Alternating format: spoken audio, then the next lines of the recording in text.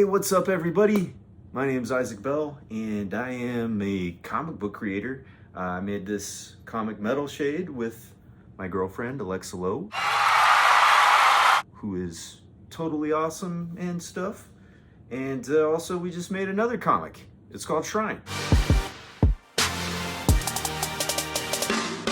And we put it up on Kickstarter and, I will tell you that it has been one big giant emotional roller coaster.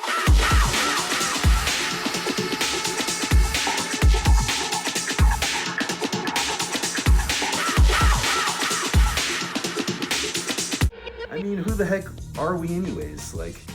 No one's heard of us really because we never worked in the industry or really did anything until we started crowdfunding our comics. I personally had a long career at Zara, literally folding shirts and pants and stuff for like 8 hours a day. Nobody knew that I had like all this like weird stuff in my head that I could, put out into the page, and the people would be able to, put that into their own brains and be like, whoa, man, like, that's something. That is something. What are unknown creators with no connections to the comic book industry supposed to do when they want to make a comic? And obviously it's just you put it on Kickstarter. That's the thing that you do these days. Worked out for us. We've done 3 issues of that, and now we're doing Shrine, the spin-off comic, and people are into that too. So we're very happy about all of those things, and thank you for the support. We wouldn't be able to do any of this stuff without you guys, and what else can I say? Ryan is gonna be badass. We're very proud of it, Like, the thing is, with me and Alexa, we're in the business of trying to make the best comic possible.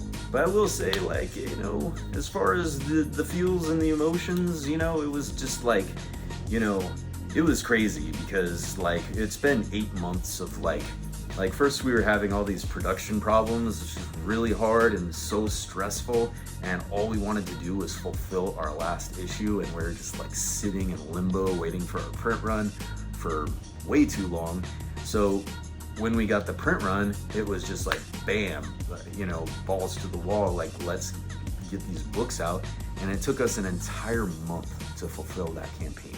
It was literally just me and Alexa down here, with basically 1,000 orders to fulfill, and a lot of them were unique orders. So we had to really, there's just a lot of moving parts, a lot of work to it. And then, so as soon as we finished fulfillment, we rolled right into launching our campaign. There was no time to breathe or think about anything during that. And it's just the day of the launch, I remember because the night before we had kind of polished off the work for fulfillment.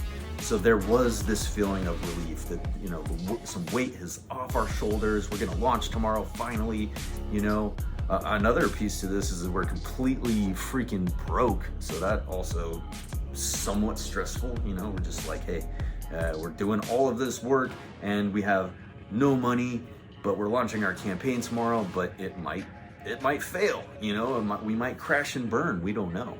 So the day of the campaign, I woke up that morning and I felt pretty good. I was I still was feeling that relief from finishing fulfillment. Okay, so then that day I tried to kind of keep my mind off it. We went to the gym, and when I got to the gym, I was just shaking. I was so jittery, and I think we were there for 20 minutes, and we're we have to get out of here. We came home, and it was kind of a haze, and then we hit launch, right? And there was a good 5-minute period where I was just I couldn't tell if the campaign was doing good or not at first, because I don't think you really can tell. Is it good? Is it bad? Who knows? It's been 5 minutes. Just chill out. But so there was this moment in there though where I realized I am not emotionally prepared to fail right now.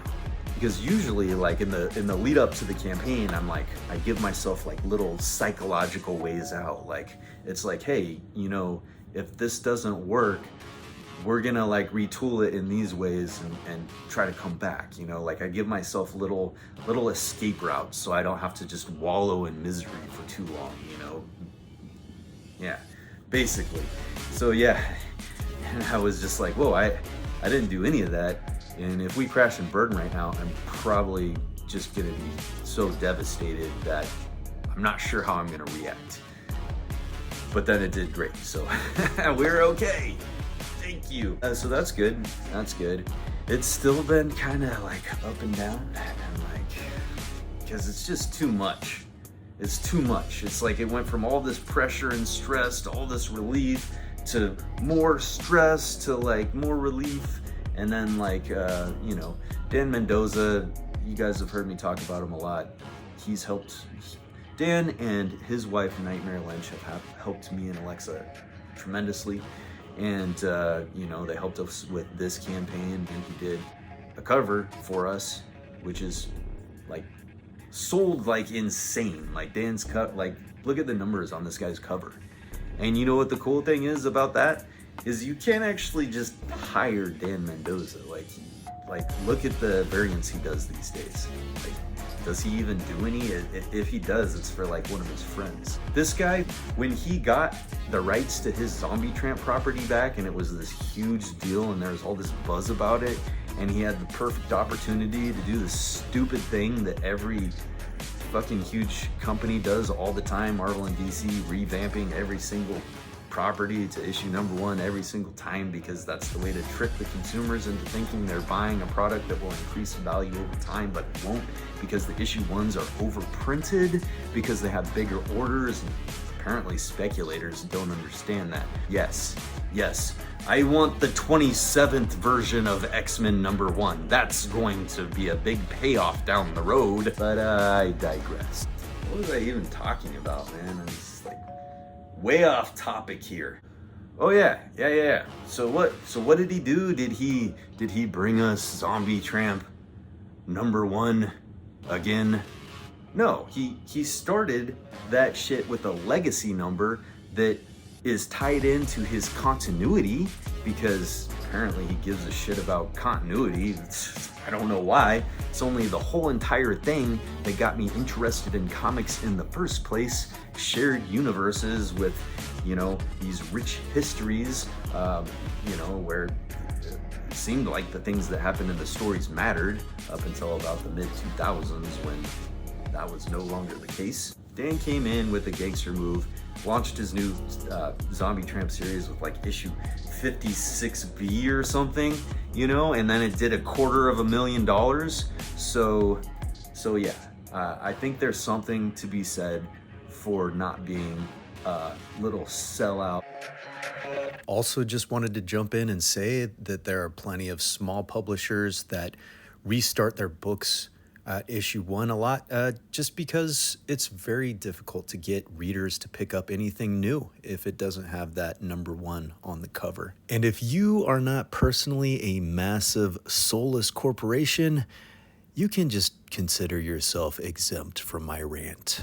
Also, some stuff got lost in the editing, but basically it was just me talking about creators without integrity, and it was complaining, if I'm being honest. Because for some of us, when you do that, like, we actually lose respect for you, you know? Stuff with Dan, like, we'll just say that, like, it means a lot to me that I have his respect, and I know that I do.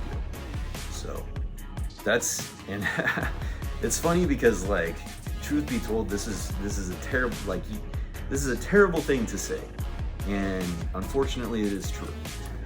Like for me, I'm a lot more comfortable just like being like angry or sad or any of those like neurotic emotions. Like that stuff I can deal with. So like if I'm angry, I'm a guy. I'm always angry about some stupid thing. I can deal with it. It's no big deal. I put my big boy pants on and I go about my day, you know? But like feelings like gratitude, mutual respect, fuck man, that's some serious stuff to deal with. Because when you just feel angry or something, it's a very self-indulgent kind of thing. But when you feel respect, there's a responsibility that comes with that.